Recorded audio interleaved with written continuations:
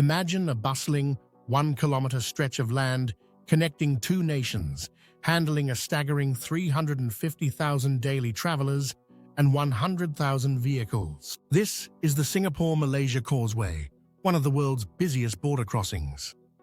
But what if this iconic structure wasn't enough? Years ago, Malaysia had a bold proposal, the Crooked Bridge. This ambitious project promised to replace Malaysia's side of the causeway with a more innovative, futuristic design. However, what ensued was a saga of conflict between the two countries and internal political turmoil. Why did Malaysia want to undertake such an audacious project? And how did it ignite tensions with Singapore? Join us as we delve into the political intrigue, national pride, and complex dynamics that shaped the fate of the Crooked Bridge. But first, why was there even a need for the causeway? In the early 20th century, the bustling port of Singapore served as the gateway to British Malaya, a thriving hub of tin, rubber, and other commodities. A ferry service connecting Singapore to Johor across the Johor Straits served trading between the two regions. As international trade boomed, the ferry system struggled to keep pace with the growing demand. The need for a more efficient connection became increasingly apparent. To address this bottleneck, British colonial authorities proposed an ambitious project in 1917, building a causeway connecting Singapore and Johor. This massive undertaking was a testament to British engineering prowess and a symbol of the growing economic ties between the two regions. Construction began in 1919, and the causeway was completed a few years later in 1924. The Johor-Singapore Causeway, as it became known, ushered in a new era of connectivity and prosperity for Singapore and Malaya. Over the decades, the causeway has undergone significant transformations, reflecting the changing political landscape of the region. After Malaya's independence in 1957, the causeway became an international border for the first time. However, after the Federation of Malaya, Singapore, Sabah and Sarawak came together to form Malaysia, the causeway became an internal border. But Singapore's separation from Malaysia in 1965 changed everything. The introduction of immigration checkpoints on both sides marked the causeway as a formal international border, separating Singapore and Malaysia. The causeway, once a symbol of unity, now became a physical boundary between two sovereign nations. Over the years, the causeway's role as a crucial trade route necessitated infrastructure improvements, including widening the land bridge and upgrading checkpoint facilities.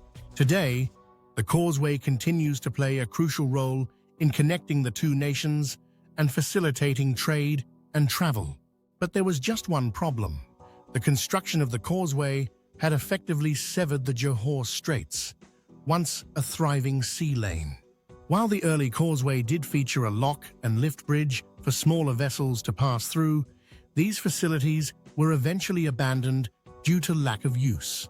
Moreover, advances in shipbuilding and changes in trade routes had rendered the Johor Straits, with its shallow waters, unsuitable for modern maritime traffic. Despite these challenges, Malaysia Prime Minister Mahathir Mohamad made a bold proposal in 1996 to replace the causeway with a new bridge. This ambitious plan aimed to revitalize the Johor Straits as a shipping route and boost Johor's ports, while improving the appearance of Johor Bahru's waterfront to create a striking first impression for visitors arriving via the causeway. The new bridge wasn't just about looks, it aimed to solve environmental problems.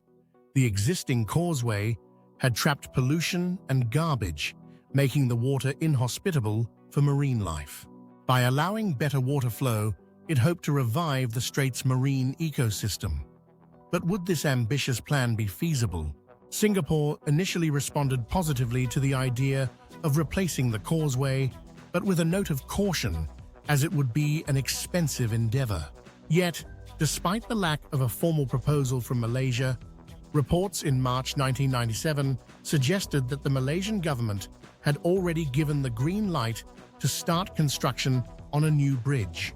By the end of 1998, details of the ambitious project emerged: a 1.5-kilometer bridge, part of a larger development called the Southern International Gateway, which also included a rail tunnel, a new CIQ complex, and a revamped Johor waterfront. Construction was slated to begin in 2000 and be completed by 2003. However, Singapore reiterated that no formal agreements had been reached and that the project would require the consent of both nations. In November 2000, Singapore finally received a preliminary proposal from Malaysia, sparking a review. Things moved forward again in September 2001 when Singapore's senior minister Lee Kuan Yew met with Malaysia Prime Minister Mahathir Mohamad. Singapore agreed to build half of the new bridge as part of a larger deal that included water agreements and the redevelopment of Malaysia's railway land in Singapore. But Singapore wasn't sure about tearing down the old causeway, saying it was too expensive and wouldn't benefit Singapore much. They only agreed to consider demolition under specific terms, like keeping tolls the same and waiting for a new rail tunnel to be completed.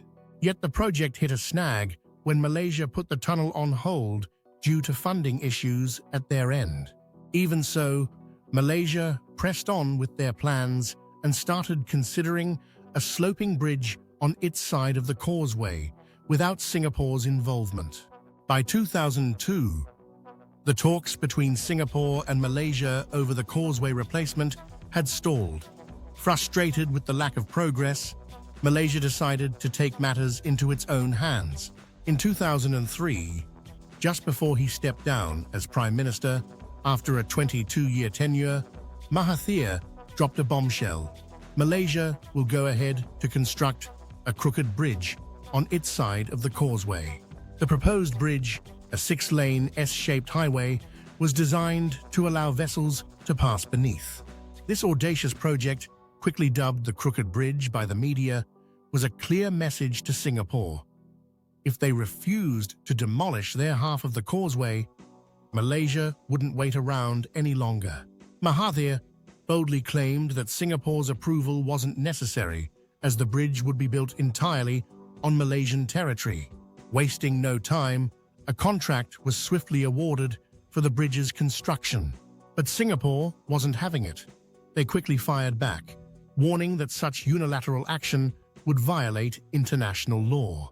In 2004, a meeting between Singapore Prime Minister Goh Chok Tong and new Malaysia Prime Minister Abdullah Ahmad Badawi, Mahathir's successor, led to a temporary agreement to continue discussions while Malaysia proceeded with the bridge work. Yet despite several rounds of talks, a resolution remained elusive. Just when it looked like Malaysia would push ahead with the crooked bridge despite Singapore's concerns, Malaysia Prime Minister Abdullah Ahmad Badawi made a shocking announcement. The project would be abandoned. The decision came down to disagreements with Singapore over issues like sand purchases and airspace use, as well as legal and logistical complications of building a half-bridge without Singapore's consent. You might think that this was the end of the saga, but no, there was more to come. When the Crooked Bridge project was scrapped, the fallout was huge. Prime Minister Abdullah Ahmad Badawi faced a lot of heat, especially from his predecessor, Mahathir. Mahathir was absolutely livid. He claimed Abdullah had promised to push the Crooked Bridge forward, but then broke that promise. The tension between them was intense, and many believe that Mahathir's relentless criticism played a big role in Abdullah's decision to step down as Prime Minister in 2009. Mahathir didn't stop at criticizing Abdullah. He also turned his frustration toward Abdullah's successor, Prime Minister Najib Razak.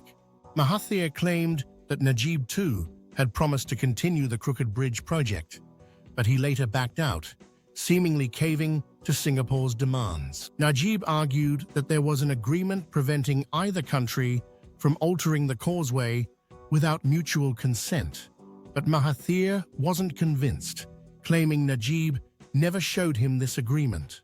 To Mahathir, the matter was clear.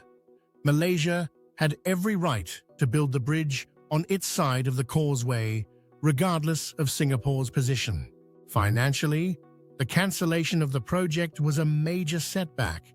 The Malaysian government had to pay more than 250 million ringgit in compensation for pulling the plug on the project. This costly blunder sparked widespread debate, with many questioning whether these monies could have been allocated to more pressing needs, especially when the Causeway was still fulfilling its purpose. But the story was far from over. In 2018, at the age of 92, Dr. Mahathir Mohamad made a shocking comeback as Malaysia's Prime Minister, leading the Pakatan Harapan coalition to an unprecedented victory. One of his administration's first moves? Reviving the controversial Crooked Bridge project. Perhaps Mahathir saw the Crooked Bridge as unfinished business from his earlier tenure, something crucial for Malaysia's future that his successors had dropped. His return to power was driven by a desire to correct what he saw as their mistakes. The revival of the Crooked Bridge project also aligned with Mahathir's broader agenda of restoring Malaysia's sovereignty and addressing long-standing issues in its relationship with Singapore. However, despite Mahathir's enthusiasm, the project once again faced significant challenges. The political landscape had changed since the early 2000s, and the Crooked Bridge had become a polarizing issue. While some Malaysians supported the revival, others questioned the necessity of the project, especially given the pressing economic and social issues facing the country. Furthermore, Mahathir's return to power was marked by a focus on economic reform and reducing the national debt, standing at over 1 trillion ringgit, making it difficult to justify the substantial investment required for the Crooked Bridge. As a result, the project remained in limbo, with no clear path forward. In a dramatic turn of events, Mahathir shocked the nation by resigning as Prime Minister in 2020, following yet another internal political upheaval. His resignation not only disrupted the political landscape, but also quietly shelved the controversial Crooked Bridge project for now. Given its contentious history, however, it wouldn't be surprising if the Crooked Bridge re-emerges as a symbol of unfinished business in Malaysia's political saga.